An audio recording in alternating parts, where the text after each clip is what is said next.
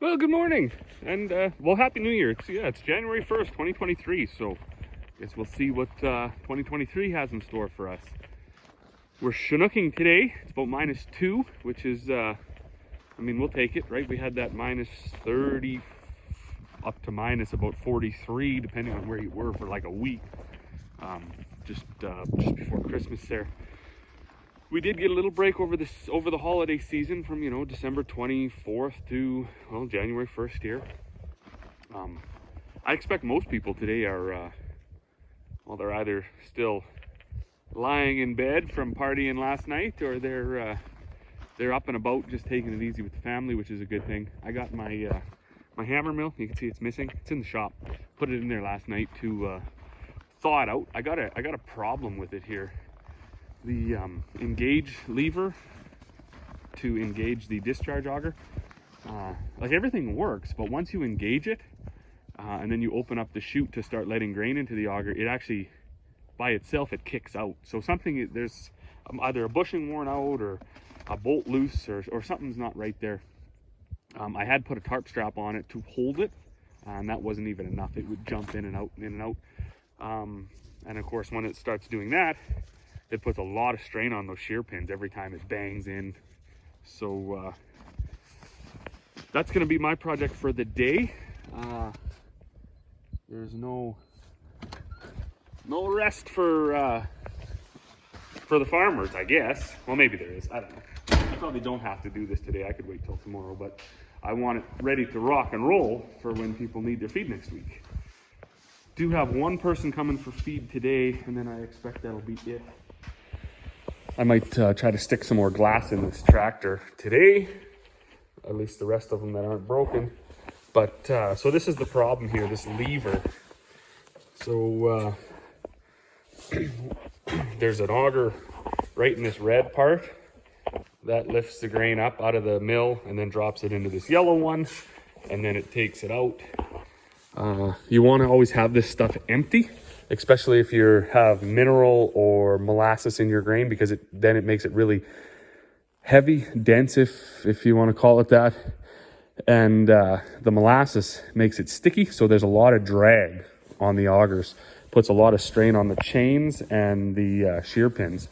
So we got this chute closed. There's a chute here that lets the grain flow into this auger. Always have that empty. When I engage this, it's all fine. It runs. Everything runs empty. But as soon as I open this chute to start letting grain fill the augers, this goes, it slams in and out. So I got to jack it up.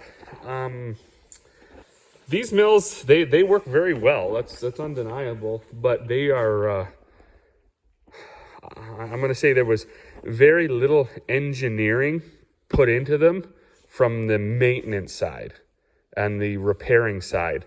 So it's all kind of stuck together, and in order to repair anything, you just have to take so much of it apart.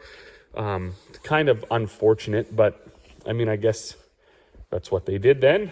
The best they had at the time, I guess, if you will. So I got a couple of stands. I'm going to jack this up, get it up off the ground, lay a mat down here so I'm not laying on the cold concrete, and I'm gonna get at it. We'll see if we can point out a notable problem there. There's got to be something.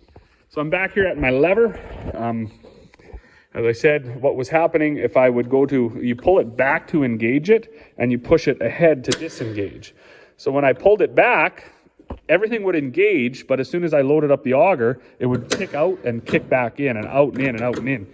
So I'm assuming something down here is out of adjustment, or maybe worn out way too loose. So you can see there's that much slop in it before anything happens. That nut up there, that bolt nut is loose.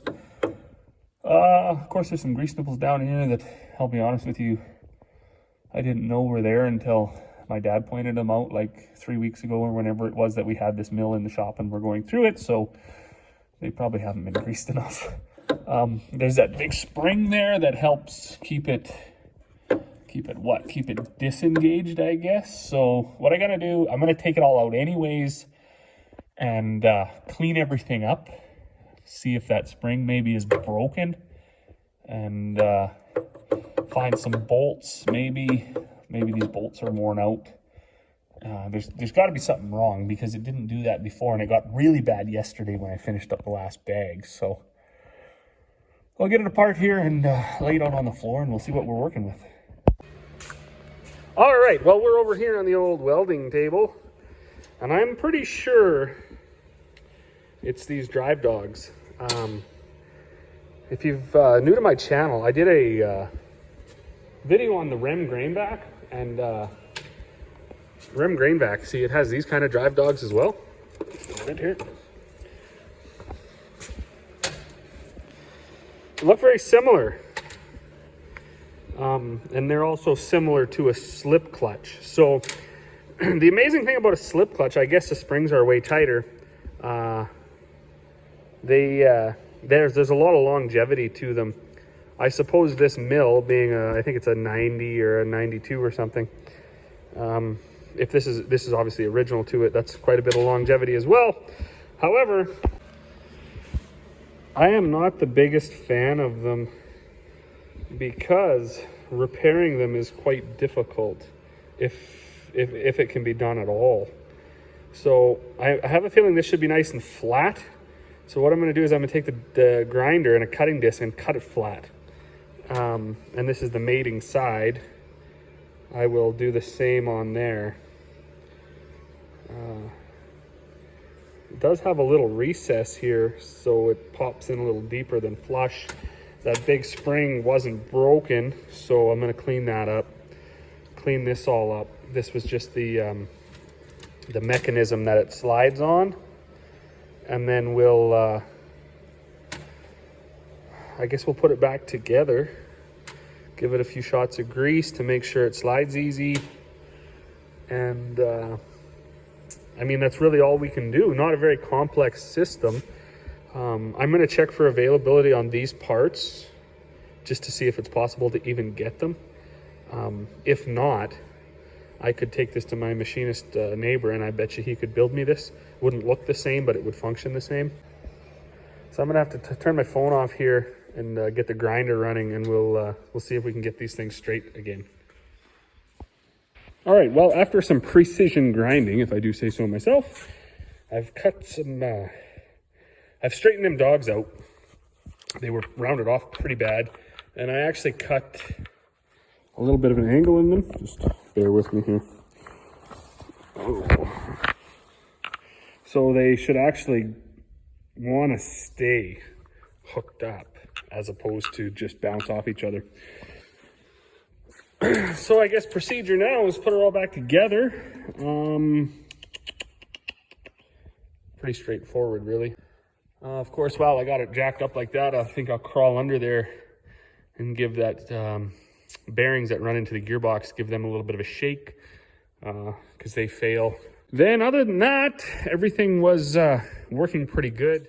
Holy smokes. Well, it's about, I don't know, about 6 o'clock now, maybe 6:30, 7, I don't even know. I wasn't at this all day, but I did get it back together.